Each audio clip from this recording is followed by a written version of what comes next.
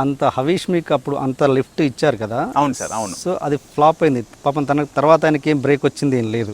అవును. సో ఇప్పుడు మీకు ఈ స్క్రిప్ట్ మీద ఫుల్ కాన్ఫిడెన్స్ ఉంది, రాజుగారి గది మీద ఫుల్ మీకు కాన్ఫిడెన్స్ ఉంది. అవును.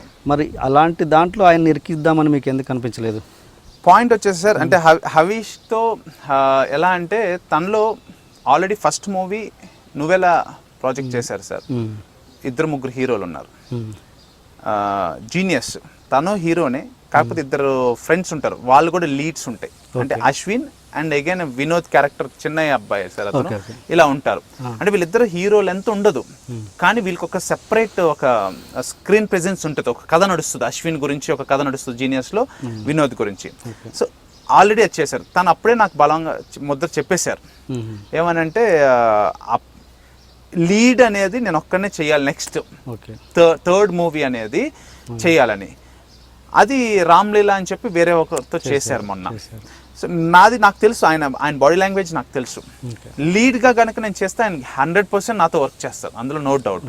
ఇందులో 7 లీడ్స్ ఉన్నారు. ఇప్పుడు మీరు సినిమా చూస్తే అశ్విన్ కన్నా ఎక్కువ పేరు శకలక శంకర్, అంటే వాళ్ళు నడిపిస్తారు, శకలక శంకర్ అండ్ ధనరాజ్.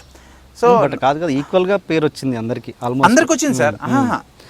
నేను అనేది ఏంటంటే ఇప్పుడు అశ్విన్ అంటే అలాగా అతని పేరేంటి last doctor sadist Chetan Srinu, అతని ప్లేస్ అయిన హవీష్ అలా నేను అనేది. సో హవీష్ అంటే మనస్తత్వం తెలుసు, ఆల్రెడీ 2 సినిమాలు అయిపోయినాయి కదా సార్. ఇప్పుడు ఫస్ట్ ఇండివిజువల్ చెయ్యాలని. సో దానివల్ల నేను అప్రోచ్ కాలేదు. ఈ సినిమాకు ముందు ఎందుకు ఈ బడ్జెట్లో చేశానో మీకు చెప్పాలి. జీనియస్ నా ఫస్ట్ మూవీ, అందులో 6 crores ఫినిష్ చేద్దామని స్టార్ట్ చేశాను సార్, కానీ అది 10 crores క్రాస్ అయిపోయింది. వై? బికాజ్ చిన్ని గారు the great, one of the top writer, ఆయనకి అది ఇచ్చేసరికి ఏంటంటే ఎవరైనా ఫస్ట్ టైం ఎక్స్ట్రార్డినరీ బాగా చేయాలి, ఆయన ప్రీవియస్ మూవీస్కి ఏమీ తగ్గకుండా చేయాలని.